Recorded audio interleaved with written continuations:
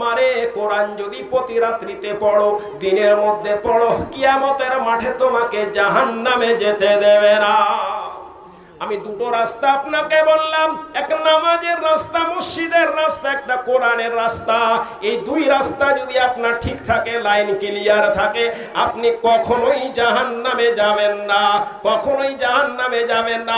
নেকি আপনার কম হয়ে যেতে পারে, গুনাহ আপনার বেশি হয়ে যেতে পারে, কিন্তু দুটো জিনিস আপনার একেবারে ঠিক রয়েছে, আপনি কখনোই জাহান্নামে যাবেন না। ইয়াকুলু সিয়ামু, রোজা বলবে, ওয়া ইয়াকুলু কোরআন, কোরআন বলবে, রব্বুল আলামিন তোমার এই বান্দাকে তুমি জান্নাতে দাও, জাহান্নাম থেকে বাঁচাও। কতক্ষণ পর্যন্ত সুপারিশ করবে? যতক্ষণ পর্যন্ত আপনাকে জান্নাতে না দিয়ে দিবে। ব্রাদার ইসলাম, আসসালামু আলাইকুম ওয়া রাহমাতুল্লাহি ওয়া বারাকাতুহু। প্রিয় দর্শক মণ্ডলী, আপনারা দেখছেন আমার ইউটিউব চ্যানেল ও ফেসবুক পেজ এফএস ফিল্ম ওয়াজ। প্রিয় দর্শক মণ্ডলী, আপনাদের অসংখ্য ধন্যবাদ আমার এই চ্যানেলের নিয়মিত ভিডিওগুলি দেখার জন্যে। মানুষকে আল্লাহ তাআলা অতি সুন্দর করে সৃষ্টি করেছেন। এই কথাটা বলার পূর্বে আল্লাহ তাআলা তিনটি জায়গার কসম খাচ্ছেন।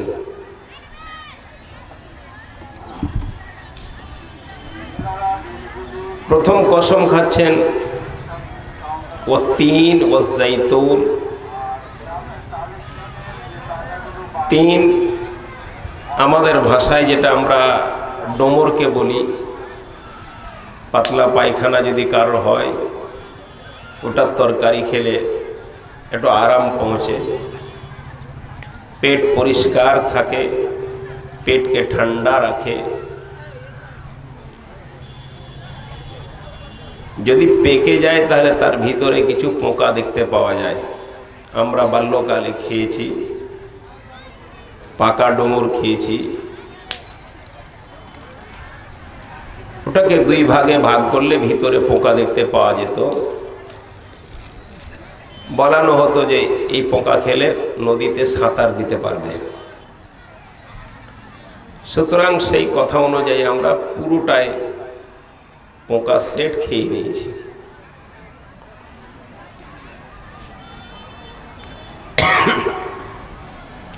তো সেই ডোমরের কসম আল্লাহ তাআলা খাচ্ছেন। ওয়াত্তিন ওয়াজ্জাইতুন, এবং জাইতুনের কসম খাচ্ছেন। জাইতুন একটা ফল, জাইতুনের তেল পাওয়া যায়, সেই ফল থেকে তেল হয়, অত্যন্ত উপকারী তেল, পেটের জন্য উপকারী, শরীরের জন্য উপকারী। উতেলকে আপনার সব কিছু দিয়েই খাওয়া যায়। তো তার কসম খেয়ে আল্লাহ তাআলা বলছেন ওয়া তুরে সিনিন, তুর পাহাড়, তোর কসম আল্লাহ তাআলা খাচ্ছেন। ওয়া হাযাল বালাদিল আমিন, এবং মক্কা শহর, অত্যন্ত শান্তিপ্রিয় শহর, সেই শহরের কসম খাচ্ছেন। হুদুদে হারাম সেই শহরের মধ্যে রয়েছে।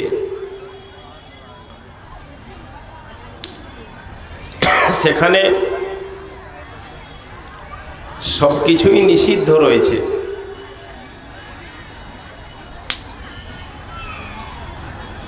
শিকারি করা নিষিদ্ধ, একটা ঘাস উঠা নিষিদ্ধ, কোনো জিনিস পড়ে থাকলে সেটাকেও উঠা নিষিদ্ধ।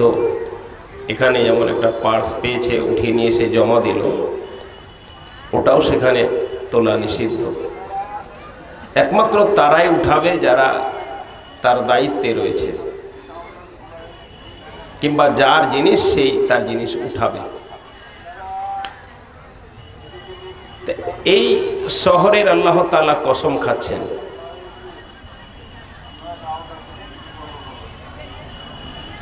মুফাসসির ইকরাম বলছেন যে তিন জায়গার কসম বলতে ওয়াত্তিন ওয়াজ্জাইতুন এখানে বলতে ফিলিস্তিনের কথা বলানো হয়েছে, যে সেখানে আল্লাহ তাআলা ঈসা আলাইহিসসালাতু ওয়াস সালামকে নবুয়ত দিয়েছিলেন ফিলিস্তিনে। এই জন্য সেই শহরের কসম খাচ্ছেন যে এই ফিলিস্তিনে এখন লড়াই চলছে। ওয়া তুরে সিনিন, এবং তুর পাহাড়ের কসম খাচ্ছেন, সেখানে মূসা আলাইহিসসালাতু ওয়াস সালামকে আল্লাহ তাআলা নবুয়ত দিয়েছিলেন। ওয়া হাযাল বালাদিল আমিন,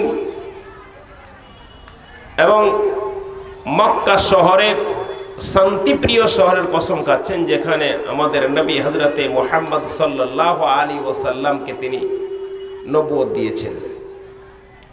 এই তিন জায়গার কসম খাওয়ার পর আল্লাহ তাআলা বলছেন, লাকাদ খালাকনাল ইনসানা ফি আহসানি তাকওয়িম, এই মানব জাতিকে, মানুষকে অতি উত্তম এবং সুন্দর করে সৃষ্টি করেছি। এই কথাটা বলার জন্য আল্লাহ তাআলা প্রথমে তিন জায়গার কসম খাচ্ছেন। কোনো জিনিসকে বলার আগে যদি কসম খাওয়ানো হয়, তাহলে সেই জিনিসের গুরুত্ব, তাৎপর্য অনেকটা বেশি হয়, এবং যার কসম খায় সেই জিনিসেরও বহুত গুরুত্ব থাকে। এখানে আল্লাহ তাআলা তিনটি জায়গার কসম খেয়ে কথা বলতে চাইছেন যে মানব জাতিকে অতি উত্তম এবং সুন্দর করে সৃষ্টি করেছি। লাকাদ খালাকনাল ইনসানা ফি আহসানি তাকওয়িম, অত্যন্ত ভালোবাসা দিয়ে আল্লাহ তাআলা সৃষ্টি করেছেন। এই সৃষ্টি জগতের সবকিছু সৃষ্টি হয়ে যাওয়ার পর আল্লাহ তাআলা আদম আলাইহিসসালাতু ওয়াস সালামকে সৃষ্টি করছেন, ফেরেশতাদের সাথে পরামর্শ করছেন যে আমি আমার পৃথিবীতে আমার খলিফা, আমার নায়েব, আমার প্রতিনিধি আমি বানাতে চাই।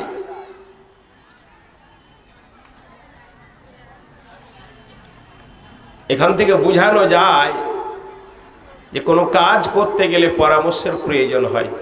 আপনার নেতৃত্বে যারা রয়েছে, আমাদের নবী হযরতে মুহাম্মদ সাল্লাল্লাহু আলাইহি ওয়াসাল্লাম তিনি সময় সময় চাকরের কাছেও পরামর্শ নিতেন। ওসামা রাদিয়াল্লাহু তাআলা আনহু তার নিকটে পরামর্শ নিতেন যে এই কাজটা ওসামা করতে চাইছি, এটা কেমন হয় আর কি। আর আমরা যারা নিজকে বড় হয়ে যায়, চার ভাই একসাথে রয়েছি, বড় দাদা কোনো কাজ করবে তো ছোট ভাইদের পরোয়াই করে না, ও মালিক হয়ে আছে, যা খুশি তাই করছে, পরামর্শের কোনো প্রয়োজনই মনে করে না।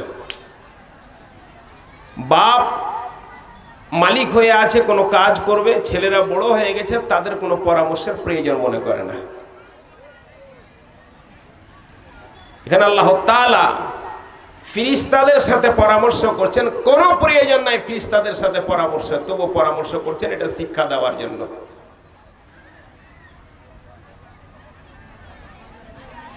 ইন্নী জাইলুকা ফিল আরদি খলিফা, এরে ফেরেশতা বর্গ শোনো, আমি আমার প্রতিনিধি পৃথিবীতে বানাতে চাইছি। আমি আদমকে সৃষ্টি করতে চাইছি, আদমের ছেলে মেয়েদেরকে আমি পৃথিবীতে সৃষ্টি করতে চাইছি।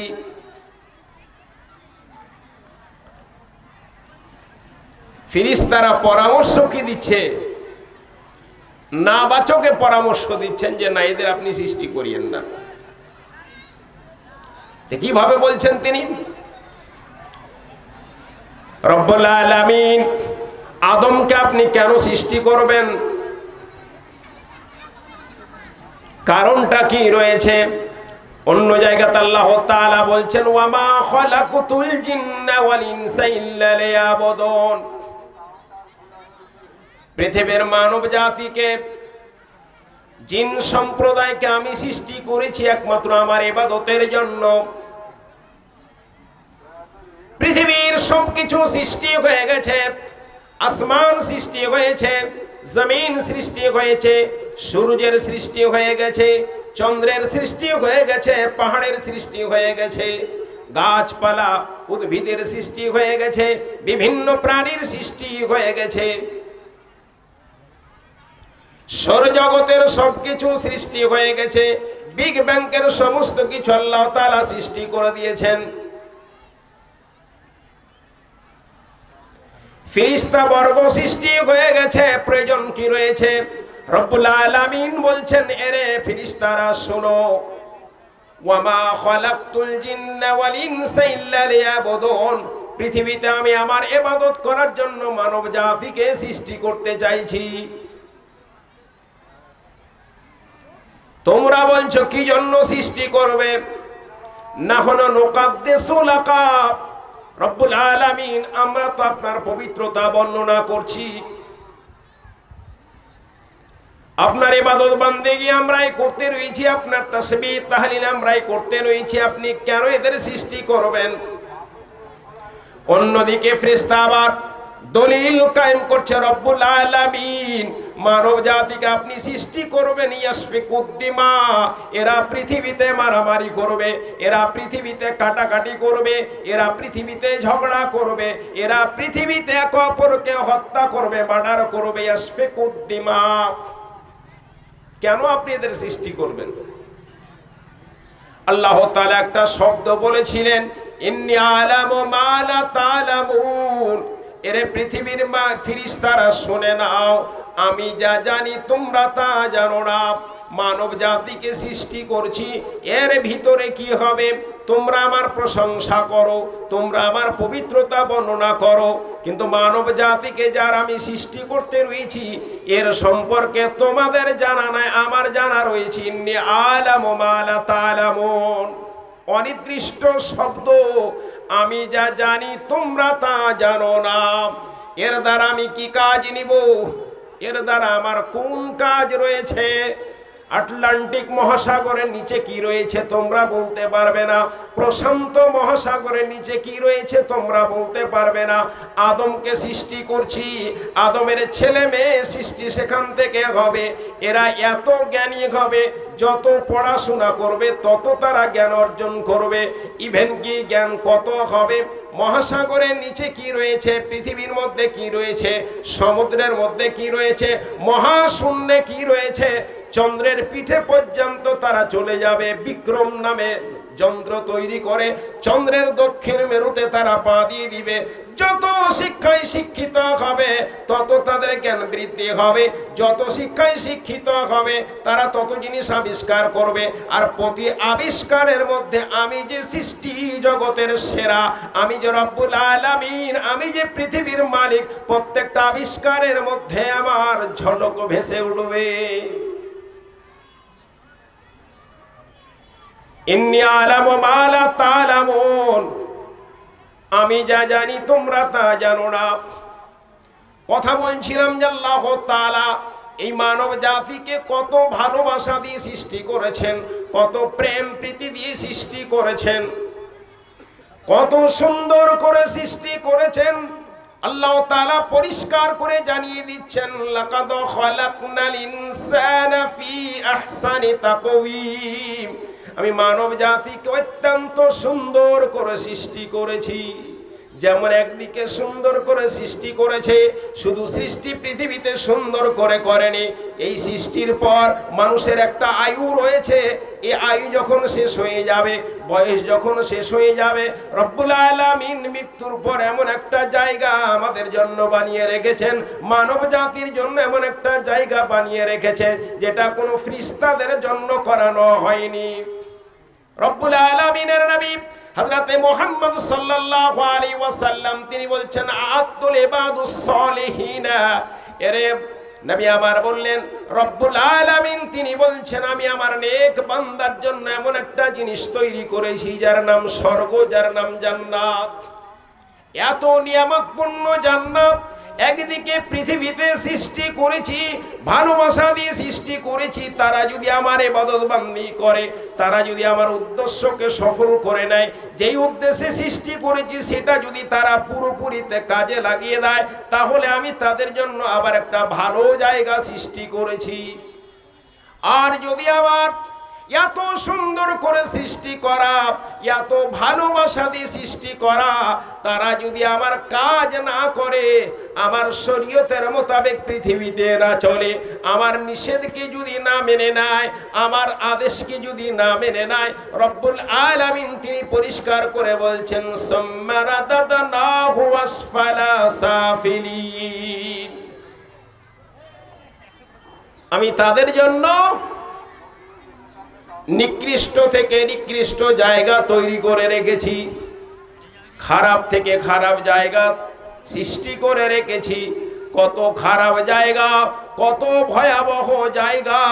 রব্বুল আলামিনের নবী জনাবে মুহাম্মদ রাসূলুল্লাহ সাল্লাল্লাহু আলাইহি ওয়াসাল্লাম তিনি বলছেন, কিয়ামতের মাঠে হাসরের ময়দানে যেদিন বিচার হবে, হাসরের ময়দানে বিচার হবে, রব্বুল আলামিন বিচার করার জন্য মাসনাদে বসে যাবেন, কুরসিতে বসে যাবেন, চেয়ারে বসে যাবেন, আরশের উপরে বসবেন। বাম দিকে সেই বিপজ্জনক জায়গা, ভয়াবহ জায়গা, নিকৃষ্ট জায়গাকে নিয়ে আসানো হবে। কত ভয়াবহ, কত বিপজ্জনক জায়গা। ওই জায়গা থেকে মুমিন মানুষরা আল্লাহ তাআলার নিকটে আশ্রয় প্রার্থনা করে। রব্বুল আলামিন পরিষ্কার করে জানিয়ে দিচ্ছেন, মুমিন মানুষেরা সর্বদাই বলে ওয়াল্লাযীনা ইয়াকুলুনা রব্বানা আসরিফ আন্না আযাবা জাহান্নাম ইন্না আযাবাহা কানা গারামা। মুমিন মানুষেরা বলে, ওয়াল্লাযীনা ইয়াকুলুনা, তারা তাদের দুয়ার মাধ্যমে বলে, রব্বানা আসরিফ আন্না আযাবা জাহান্নাম, ইলাহুল আলামিন তুমি আমাদেরকে জাহান্নাম থেকে পরিত্রাণ দাও। ইন্না আযাবাহা কানা গারামা, জাহান্নাম অত্যন্ত চিমাটনেওয়ালা জিনিস, ভয়াবহ জিনিস। একবার যদি ধরে নেয় ছাড়ার জিনিস নয়, পার্শ্বে পেলে একেবারে চিমটে ধরে নেয়। ইন্না আযাবাহা কানা গারামা। রব্বুল আলামিন বলছেন, মুমিন মানুষেরা এই জায়গা থেকে বাঁচার জন্য দোয়া করে। ইন্নাহা সাআত মুস্তাকাররা ওয়া মুকামা। মুমিন মানুষেরা সর্বদাই নামাজের মধ্যে দোয়া করে। সিজদাত, যেহেতু কোরআনের আয়াত, সিজদাতেই দোয়া করা যায় না, রুকুতেই দোয়া করা যায় না, জালসাতে বসে সালাম ফিরার পূর্বে এই দোয়াগুলো তারা নামাজের মধ্যে করে। এক্সট্রেস টাইমে তারা নামাজে দোয়া করে না, ফরজ নামাজের পর তারা নিজে নিজেই দোয়া করে। والذين يقولون ربنا اصرف عنا عذاب جهنم إن عذابها كان غراما إنها ساءت مستقرا ومقاما। জাহান্নাম বসবাসের জন্য, জাহান্নাম থাকার জন্য অত্যন্ত খারাপ জায়গা, নোংরা জায়গা। সেই জাহান্নামকে নিয়ে আসানো হবে। রব্বুল আলামিনের নবী জনাবে মুহাম্মদ রাসূলুল্লাহ সাল্লাল্লাহু আলাইহি ওয়াসাল্লাম তিনি বলছেন, ইউতা বিন্নার ইয়াউমাল কিয়ামাতে, কিয়ামতের মাঠে হাসরের ময়দানে জাহান্নামকে আনানো হবে। লাহা সাবউন আলফা জিমামিন, যেই জাহান্নামকে ৭০,০০০ টানা দিয়ে থাকবে, ৭০,০০০ টানা দিয়ে জাহান্নামকে থাকবে। ওয়া মা কুল্লি জিমামিন লাহা সাবউন আলফা মিনাল মালায়েকা ইয়াজুরুনাহা। নবী মুহাম্মদ সাল্লাল্লাহু আলাইহি ওয়াসাল্লাম বললেন, এবং যা প্রত্যেকটা টানাতে ৭০,০০০ করে ফেরেশতা টানা দিয়ে থাকবে। একটা দুটা ফেরেশতা নয়। আমাদের বাড়ির পাশে কোনো বড় ধরনের বৃক্ষ থাকে, গাছ থাকে, কাঠ মিস্ত্রি এসে গাছটাকে কাটে, গাছটা বাড়ির উপরে পড়ে যাবে, বাড়ির দেওয়াল ভেঙে যাবে, বাড়ির টালি ভেঙে যাবে, বাড়ির টিন ভেঙে যাবে। তার কারণে গাছের উপরে গিয়ে একটা মোটা ধরনের রশ্মিকে বেঁধে দেয় এবং ৪-৫জন মিলে রশ্মিটাকে টেনে ধরে থাকে। গাছটা যখন কাটা হবে, গাছটা যেন ঘরের উপরে না পড়ে, ফাঁকা জায়গাতে পড়ে, এই জন্য টানা দিয়ে রাখে। জাহান্নামকে ৭০,০০০ লাগাম দিয়ে টানা দেওয়ানো আছে এবং প্রত্যেকটা টানাতেই ৭০,০০০ করে ফেরেশতা টানা দিয়ে রয়েছে। হিসাব করে যদি দেখানো যায় তাহলে কতজন ফেরেশতা টানা দিয়ে রয়েছে? ৭০ × ৭০, ৪,৯০,০০,০০০ ফেরেশতা জাহান্নামকে ধরে আছে। 4,90,00,000 ফেরেশতার কি শক্তি কম? যেই দিন নবী মুহাম্মদ সাল্লাল্লাহু আলাইহি ওয়াসাল্লামকে তয়েফের মানুষেরা মেরে রক্তে রঞ্জিত করে দিল, সেই দিন নবী মুহাম্মদ সাল্লাল্লাহু আলাইহি ওয়াসাল্লাম আর চলতে পারেন না, এত রক্তে রঞ্জিত হয়ে গেছেন, উঠেন আর বসে যান, উঠেন আর বসে যান, চলতে পারেন না। রব্বুল আলামিনের সহ্য হলো না, আমার বান্দা, আমার নবী, আমার রাসূলকে তয়েফের ছেলেরা, তয়েফের যুবকেরা পাথর মেরে মেরে রক্তে রঞ্জিত করেছে।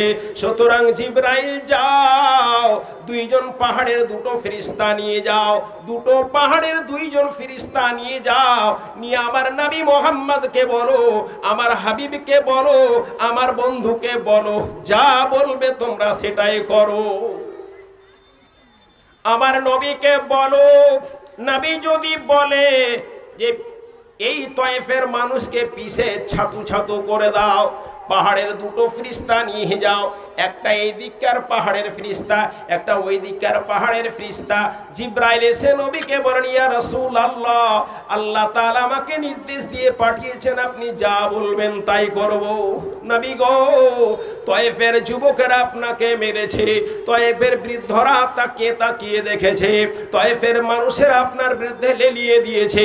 সুতরাং আপনি যদি বলেন আমার সাথে দুটো মাত্র পাহাড়ের ফেরেশতা রয়েছে, তারা দুই পাহাড়কে নিয়ে এসে জমা করে দিবে, একেবারে ছাতু ছাতু হয়ে যাবে তয়েফের মানুষেরা। কত ফেরেশতার শক্তি! একজন ফেরেশতা একটা পাহাড়কে নিয়ে চলে আসবে, গোটা বিশ্বের মানুষ যদি একসাথে হয়ে যায়, ভারতের হিমালয় পাহাড়কে নিয়ে আসে, 1 ইঞ্চি সরাতে পারবে না। আর একজন ফেরেশতাই যথেষ্ট পাহাড়কে নিয়ে আসার জন্য। সেই দিনকার ভাষা আপনি দেখে লক্ষ্য করুন, নবী মুহাম্মদ সাল্লাল্লাহু আলাইহি ওয়াসাল্লাম তিনি বলছেন, জাহান্নামকে টানা দিয়ে রয়েছে 70,000 রশ্মিতে, এবং প্রত্যেকটা রশ্মিতে 70,000 করে ফেরেশতা, তার মানে 4,90,00,000 4,90,00,000 ফেরেশতা জাহান্নামকে টেনে ধরে রয়েছে। যাকে খারাপ জায়গা বানানো হচ্ছে, যাকে বাসস্থানের জন্য নোংরা জায়গা বানানো হচ্ছে, রব্বুল আলামিন বললেন, ইন লাকাদ খালাকনাল ইনসানা ফি আহসানি তাকওয়িম। আমি পাহাড়ের, আমি ফিলিস্তিনের কসম খেয়ে বলি, আমি তুর পাহাড়ের কসম খেয়ে বলি, আমি মক্কা নগরের কসম খেয়ে বলি, আমি মানব জাতিকে অতি উত্তম এবং সুন্দর করে সৃষ্টি করেছি, আমি অত্যন্ত ভালোবাসা দিয়ে সৃষ্টি করেছি। তারা যদি আমার মোতাবেক না চলে, তারা যদি আমার বিধানের মোতাবেক না চলে, তারা যদি আমার শরীয়তের অবমাননা করে, তাহলে শুনে নাও, সুম্মা রাদাদনাহু আসফালা সাফিলিন, আমি তাদের জন্য একেবারে নিচা থেকে নিচা, খারাপ থেকে খারাপ জায়গার ব্যবস্থা রেখেছি। তাহলে আপনি হিসাব করে দেখুন, কত সুন্দর, কত ভালোবাসা দিয়ে সৃষ্টি করেছেন। শুধু তাই নয়, আল্লাহ তাআলা কতগুলো কাজ পৃথিবীতে দিয়ে দিয়েছেন, সেই কাজের মোতাবেক যদি মানুষ পৃথিবীতে চলে, আল্লাহ তাআলার আরো বেশি তার প্রতি ভালোবাসা বেড়ে যায়। এক তো ভালোবাসা দিয়ে সৃষ্টি করেছেন, কিছু কাজ আল্লাহ তাআলা আপনাকে দিয়ে দিয়েছেন, সেই কাজগুলো যদি আপনি পৃথিবীতে করেন, আল্লাহ তাআলার ভালোবাসা আপনার প্রতি বেশি হয়ে যাবে, সর্বাপেক্ষা ভালোবাসা আল্লাহ তাআলার হয়ে যাবে, সবচেয়ে বেশি ভালোবাসা হবে। কাজগুলো খুব ভারী নয়, ছোট ছোট কাজ, হালকা হালকা কাজ যদি আপনি সে কাজগুলো করেন।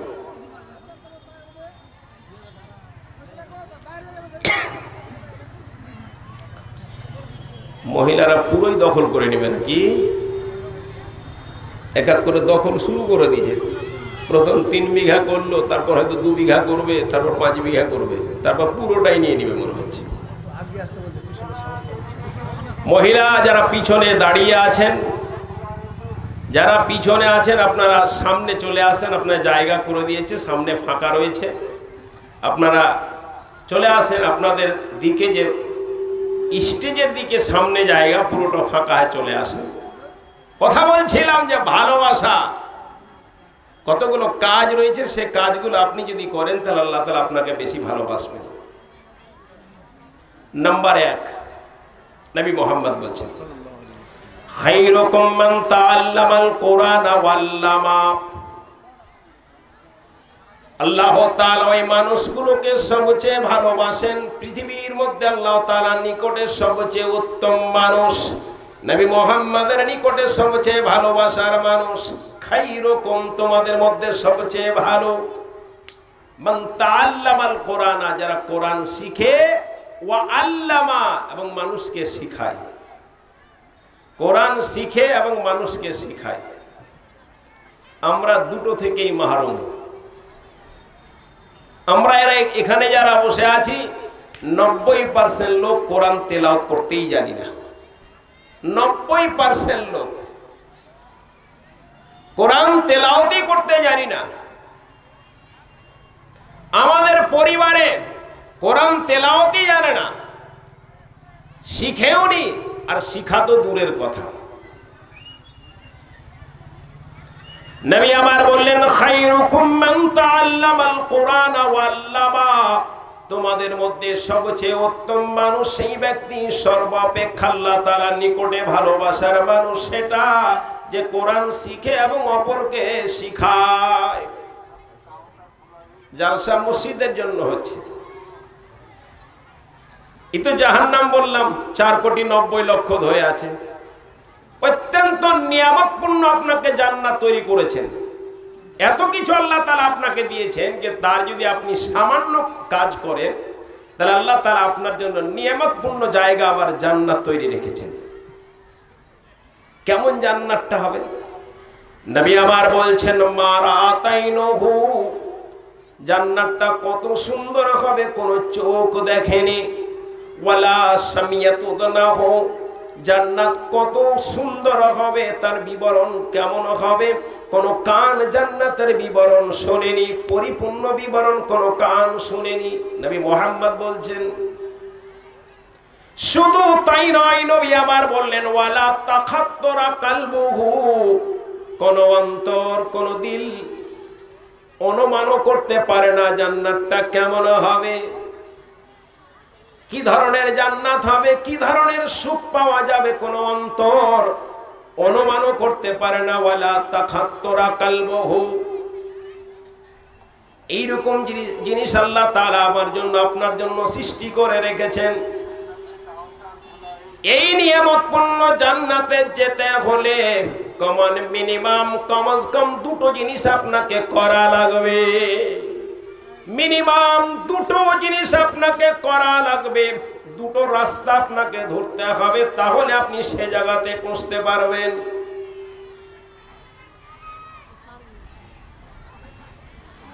ঠাকুর বাড়ির ব্রিজ রয়েছে, এইখান থেকে যদি আপনি বের হয়ে যান পূর্ব দিকে, আপনি বাইক ছাড়েন, দুটো রাস্তা আপনি পাবেন।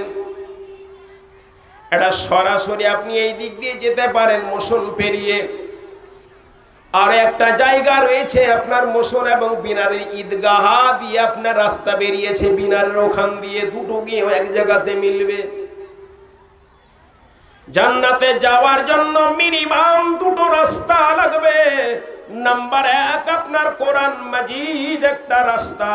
কোরআন মাজিদ ছাড়া, যেমন ঠাকুর ব্রিজ আপনার রাস্তা ছাড়া চলা যায় না, রাস্তা ছাড়া সেখানে পৌঁছানো যায় না, তেমনি ভাবে জান্নাতে পৌঁছতে গেলে, আল্লাহর নিয়ামতের জায়গাতে পৌঁছতে গেলে দুটো রাস্তা মিনিমাম লাগবে।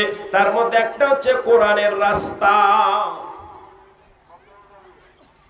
কোরআনের রাস্তা ছাড়া জান্নাত পৌঁছাটা অসম্ভব।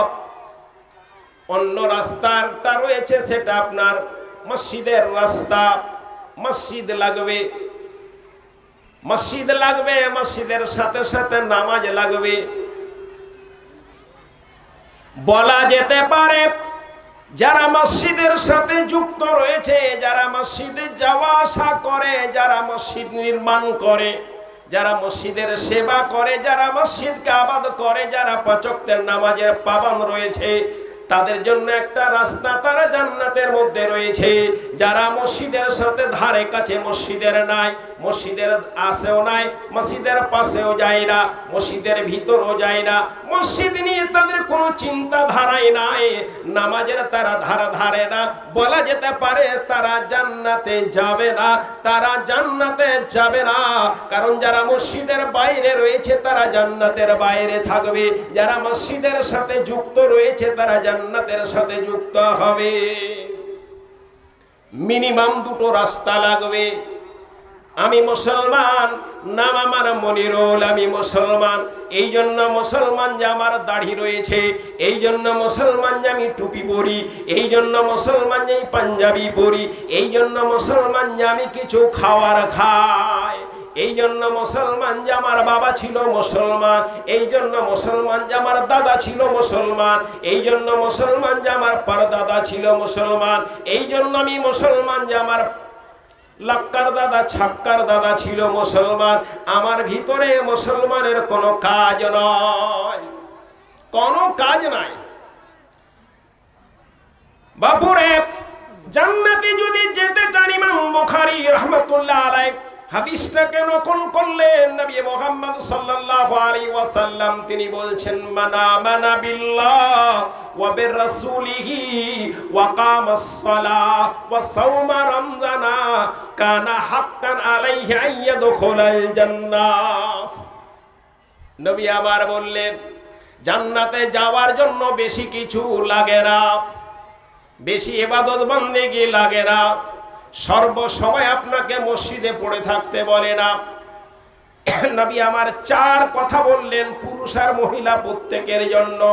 নাম্বার 1, নবী আমার বললেন, মানা মানা বিল্লাহ, যারা আল্লাহর প্রতি ঈমান এনেছে, আল্লাহর প্রতি যার ঈমান রয়েছে। নাম্বার 2, নবী আমার বললেন ওয়া বিরাসূলিহি, এবং নবী মুহাম্মদ সাল্লাল্লাহু আলাইহি ওয়াসাল্লামের প্রতি যার ঈমান রয়েছে। নাম্বার 1 আল্লাহর প্রতি ঈমান, নাম্বার 2 রাসূলের প্রতি ঈমান, নাম্বার 3 নবী আমার বললেন ওয়াকামাস সালাহ, যারা 5 ওয়াক্তের নামাজের পাবন্দ, যারা 5 ওয়াক্তের নামাজ কায়েম করে। নাম্বার 4 নবী আমার বললেন ওয়াসাওমা রমজানা, যারা রমজান মাসে রোজা রাখে। এই চারখানা কাজ যার ভিতরে রয়েছে, নবী আমার বললেন কানা হাক্কান আলাইহি আইয়াদখুলাল জান্নাহ, তারা জান্নাতের হকদার হয়ে যায়, জান্নাতের পাওনাদার হয়ে যায়। জান্নাতের হকদার, জান্নাতের পাওনাদার। হকদার আর পাওনাদার কাকে বলে?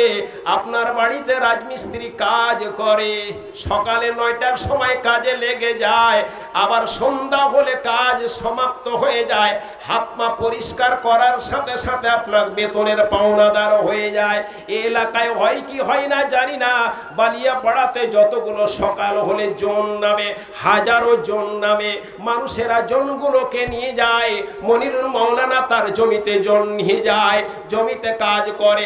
আমার দিকে যখন আসরের আজান হয়ে যায়, আসরে আজান 2টোর সময়তে হলে জন উঠে যায়, 2:30টার সময়তে হলো জন উঠে যায়, 3টার সময়তে হলো জন উঠে যায়। যখনই জন উঠে গেল সাথে সাথে সে হকদার হয়ে গেল। বেতনের 500 টাকা দাম দিয়ে জন নিয়ে যাওয়ানো হয়েছে, আজান হয়ে গেছে, জমি থেকে উঠে গেল, কাজ সমাপ্ত হয়ে গেল, সাথে সাথে 500 টাকার পাওনাদার হয়ে গেল।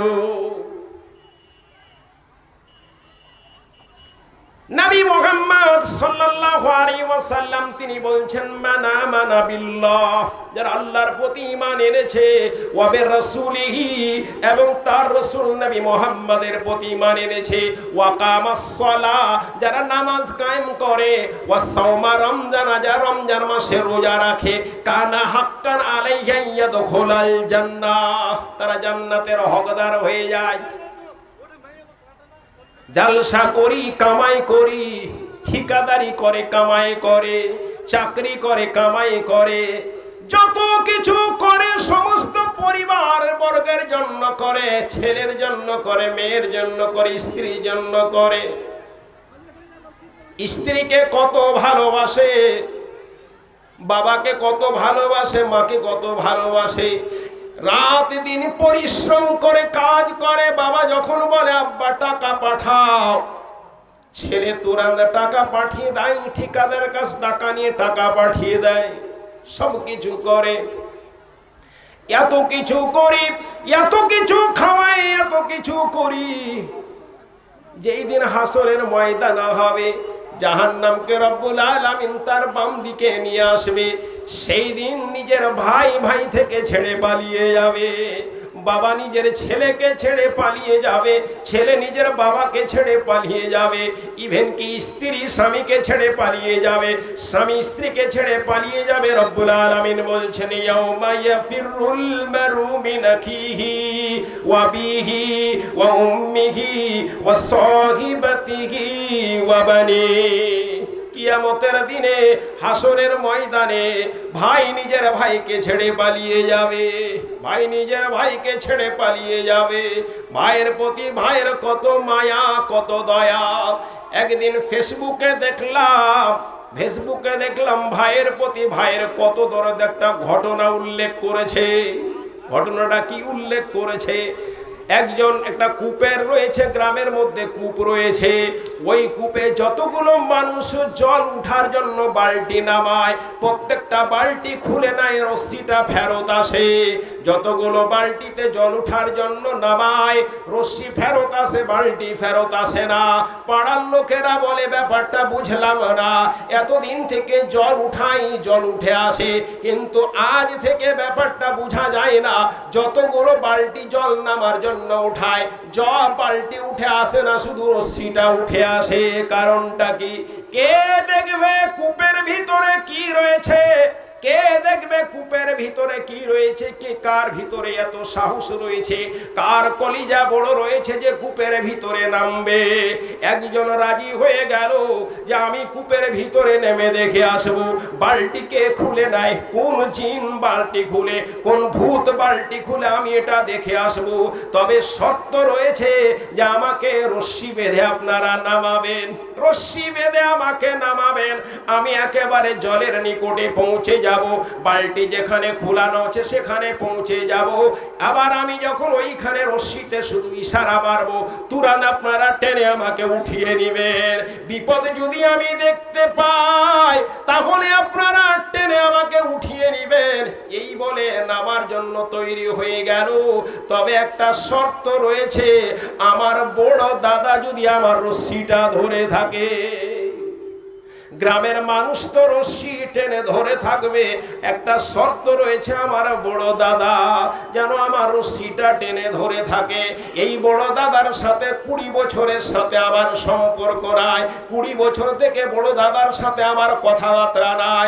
বড় দাদার বাড়িতে 20 বছরে কত অনুষ্ঠান হয়েছে, কোনোদিন নিমন্ত্রণ পাইনি। আমার বাড়িতে 20 বছরে কত অনুষ্ঠান হয়েছে, আমি দাদাকে নিমন্ত্রণ দিইনি। আমার কোনো নাই। দাদা যদি আমার আগে মারা যায়, জানি না আমি তাকে মাটি দিব কি দিব না, আমি তার জানাজা পড়বো কি পড়বো না। আমি যদি আমার আগে, দাদার আগে মারা যায়, আমার দাদা আমার জানাজা পড়বে কি পড়বে না, আমায় মাটি দিবে কি দিবে না, এত আমাদের মধ্যে সম্পর্ক বিচ্ছিন্ন রয়েছে। সেই দাদা যদি আমার রশ্মিটা ধরে থাকে, গ্রামের মানুষ তোমরা রশ্মি ধরে থাকবে, আমার দাদা যদি তোমাদের সাথে ধরে তাহলে আমি কূপে নামবো। পাড়ার লোকেরা বড় দাদাকে বলল, কূপের ভিতরে কি রয়েছে? তোমার ছোট ভাই নামতে চেয়েছে, শর্ত একটা দিয়েছে, আমরা রশ্মি ধরে থাকবো। শর্ত তোমাকেও ধরে থাকতে হবে, তাহলে নামবে। কিছুতেই বড় দাদা রাজি হয় না, কিছুতেই রাজি হয় না। পাড়ার লোকেরা অনয় বিনয় করে রাজি করে দিল। এবার কূপের ভিতরে নামছে, পাড়ার লোকেরা রশ্মি ধরে আছে, সাথে সাথে বড় দাদাও রশ্মি ধরে আছে।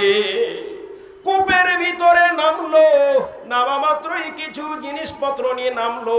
জানি না কূপের ভিতরে কত দেরি হবে, তাই কিছু খাবার নিয়ে নামলো, কলা নিয়ে নামলো, আপেল নিয়ে নামলো, আঙ্গুর নিয়ে নামলো।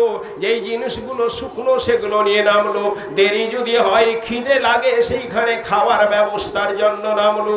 কূপের ভিতরে যখনই নামা, বান্দর কূপের ভিতরে বসেছিল, যে রশ্মি খুলে নিত বান্দর কূপের ভিতরে বসেছিল।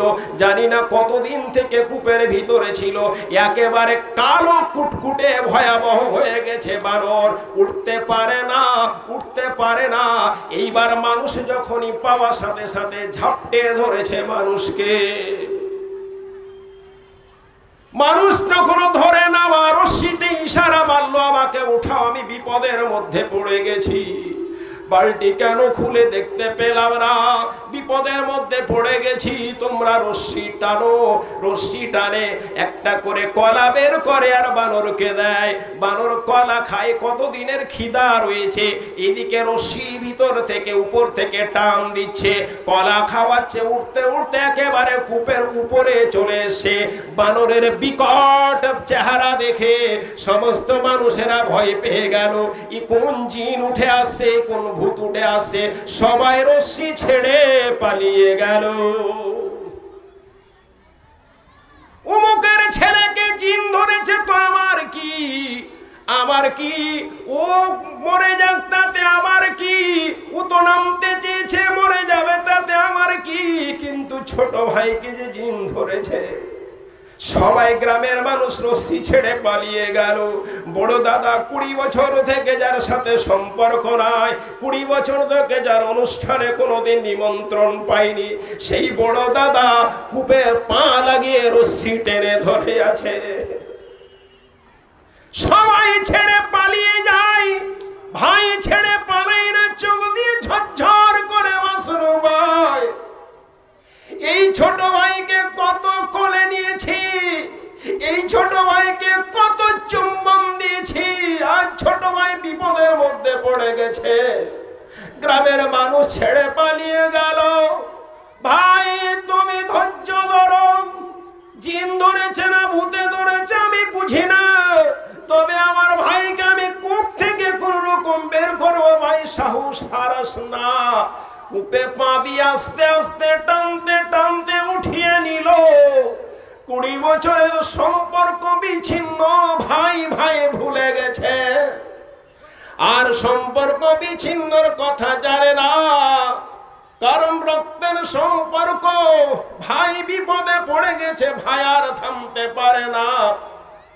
রব্বুল আলামিন বলে, এত ভালোবাসার জিনিস কিয়ামতের দিনে ইয়াউমা ইয়াফিরুল মারউ মিন আখিহি। রব্বুল আলামিন প্রথম ভাইয়ের কথাটাই উল্লেখ করেছেন। মহাপ্রলয়ের দিনে হাসরের ময়দানে ভাই নিজের ভাইকে ছেড়ে পালাবে, বাবাকে ছেড়ে সন্তান পালাবে। ওয়াবিহি, ছেলে বাপকে ছেড়ে পালাবে, বাবা ছেলেকে ছেড়ে পালাবে।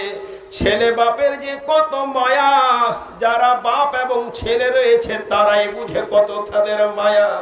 সেই মায়া দয়া সব ভুলে যাবে, পালিয়ে যাবে।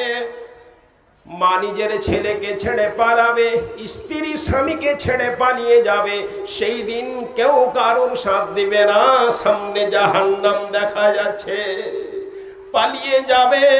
সেই দিন দুটো জিনিস আপনাকে ছেড়ে পালাবে না। যতক্ষণ পর্যন্ত আপনাকে এই দুটো জিনিস জান্নাতে প্রবেশ না করাবে, ততক্ষণ ছেড়ে পালাবে না। পালা তো দূরের কথা, আপনার সাথ ছাড়বে না।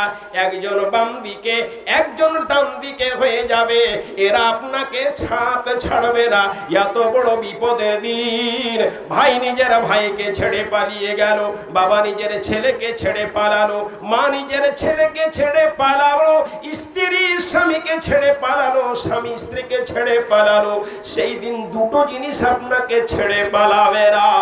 নবী আবার বললেন, মান আমানা বিল্লাহ, যারা আল্লাহর প্রতি ঈমান এনেছে, ওয়া বিরাসূলিহি, এবং রাসূলের প্রতি যারা ঈমান এনেছে, ওয়া কামাস সালাহ, যারা 5 ওয়াক্তের নামাজ কায়েম করে, ওয়া সাওমা রমজানা, যারা রমজান মাসে রোজা রাখে, কানা হাক্কান আলাইহি আইয়াদখুলাল জান্নাহ, এই 4 কাজ যদি কেউ করে থাকে রব্বুল আলামিন বলছে সে জান্নাতের হকদার হয়ে যায়, পাওনাদার হয়ে যায়। আজ বিপদের দিন, হিসাব কিতাব হবে, সেই দিন দুটো জিনিস আপনার পাশে দাঁড়িয়ে গেল। নাম্বার 1, হাদিসে কুদসি নবী আমার বললেন, আসিয়াম ওয়াল কুরআন ইয়াসফানি লিল আবদে। কোরআন এবং রোজা বান্দার জন্য সুপারিশ করবে। বিচার আপনার শুরু হয়ে গেছে, আপনাকে ডাকানো হলো, হিসাব কিতাব দাও। আপনার নেকির সংখ্যা কমে গেছে, গুনাহ আপনার বেশি হয়ে গেছে। রব্বুল আলামিন বলছেন, ফাম্মা মান সাকুলাত মাওয়াজিনুহু, যার নেকির পাল্লা ভারী হয়ে যাবে, ফাহুয়া ফি ঈশাতির রাদিয়া, সে জান্নাতে যাবে। ওয়া আম্মা মান খাফফাত মাওয়াজিনুহু, যার নেকির পাল্লা হালকা হয়ে যাবে, সে জাহান্নামে যাবে। সোজা কথা, জাহান্নামে যাবে। আপনি জাহান্নামে যাচ্ছেন বলে আপনার বাপ দাদা ভাই আত্মীয় স্বজন পালিয়ে যাচ্ছে, সেই দিন দুটো জিনিস ছেড়ে পালাবে না। নবী মুহাম্মদ বলেন, আসিয়াম ওয়াল কুরআন ইয়াসফানি লিল আবদে, রোজা এবং কোরআন বান্দার জন্য কিয়ামতের মাঠে সুপারিশ করবে, হাসরের ময়দানে সুপারিশ করবে। ইয়াকুলু সিয়াম, রোজা বলবে, আই রাব্বিন্নি মানাতুত তাওমা ওয়াস শাহওয়াতা বিন নাহারে। রব্বুল আলামিন, তোমার এই বান্দা মনিরুল ইসলামকে আমি রোজা, দিনের বেলায় খাওয়া থেকে, দিনের বেলায় পান করা থেকে, দিনের বেলায় স্ত্রী বৈধ ছিল তার সাথে মিলন হওয়া থেকে বিরত রেখেছি। ফাসাফানি ফি, রব্বুল আলামিন তুমি আমার সুপারিশ গ্রহণ করো। সুপারিশ কার জন্য হয়? পরীক্ষায় ফেল করলে সুপারিশ। টাইম হয়ে গেছে, অনেক টাইম আছে, 10:30 বলে অনেক টাইম, 10:30 হয়ে গেছে। সুপারিশ কার জন্য হয়? পরীক্ষায় ফেল করলে সুপারিশ হয়, পাস করলে কোনোদিন সুপারিশের প্রয়োজন হয়? কোনো প্রয়োজন হয় না। পরীক্ষায় ফেল হয়ে গেছে, জাহান্নামী হয়ে গেছে বলে কোরআন রোজা দাঁড়িয়ে গেল। রব্বুল আলামিন, এই বান্দা আমার রোজা রাখতো বলে তুমি আমার সুপারিশ গ্রহণ করো। ওয়া ইয়াকুলুল কোরআন, কোরআন বলবে, আই রাব্বিন্নি মানাতুন নাওমা বিল্লাইলি, রব্বুল আলামিন তোমার এই বান্দাটাকে আমি রাত্রের ঘুম থেকে বিরত রেখেছি, রাত জেগে জেগে আমাকে তেলাওয়াত করেছে। ওরে আমার মা বোন রে, আমার সারাদিন সময় পাও না, কাজে ব্যস্ত থাকো, এশারের নামাজ পড়ে নিলে কোরআনটা একটু খুলো, 2 আয়াত পড়ো, সময় যদি না পাও 1 আয়াত পড়ো, সময় যদি না পাও 1 রুকু পড়ো, 1 পাতা পড়ো, 2 পাতা পড়ো। মারে কোরআন যদি প্রতি রাত্রিতে পড়ো, দিনের মধ্যে পড়ো, কিয়ামতের মাঠে তোমাকে জাহান্নামে যেতে দেবে না। আমি দুটো রাস্তা আপনাকে বললাম, এক নামাজের রাস্তা, মসজিদের রাস্তা, একটা কোরআনের রাস্তা। এই 2 রাস্তা যদি আপনার ঠিক থাকে, লাইন ক্লিয়ার থাকে, আপনি কখনোই জাহান্নামে যাবেন না, কখনোই জাহান্নামে যাবেন না। নেকি আপনার কম হয়ে যেতে পারে, গুনাহ আপনার বেশি হয়ে যেতে পারে, কিন্তু দুটো জিনিস আপনার একেবারে ঠিক রয়েছে, আপনি কখনোই জাহান্নামে যাবেন না। ইয়াকুলু সিয়াম, রোজা বলবে, ওয়া ইয়াকুলুল কোরআন, কোরআন বলবে, রব্বুল আলামিন তোমার এই বান্দাকে তুমি জান্নাতে দাও, জাহান্নাম থেকে বাঁচাও। কতক্ষণ পর্যন্ত সুপারিশ করবে? যতক্ষণ পর্যন্ত আপনাকে জান্নাতে না দিয়ে দিবে। হাদিসে কুদসি বলছি আপনাকে, যতক্ষণ জান্নাতে না দিবে ততক্ষণ আপনার জন্য সুপারিশ করেই যাবে।